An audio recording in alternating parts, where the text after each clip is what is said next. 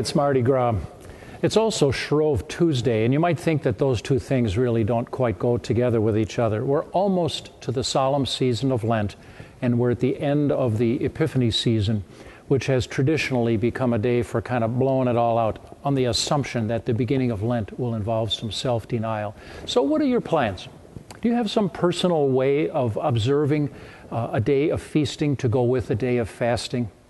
Jesus actually put his stamp of approval on both, and you can be a good Christian and do both.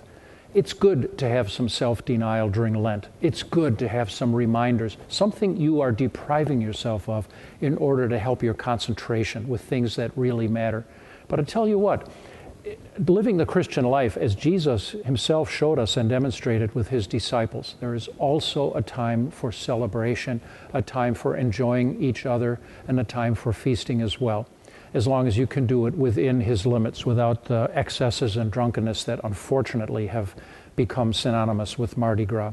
Shrove Tuesday is a day, a name that comes from the word shriven, which means to be forgiven. And on the Tuesday that is usually called by most of the world Mardi Gras, Fat Tuesday, a time for feasting, let's remember what it cost for us to be able to enjoy this feast with a clear conscience, no guilt, and the anticipation of life everlasting. And I hope that if you do set aside time for some Shrove Tuesday or Mardi Gras feasting, that you will also set aside some time and some self-discipline during the Lenten season in order to keep your mind on the Lord Jesus, who gives you forgiveness and immortality. Happy Mardi Gras.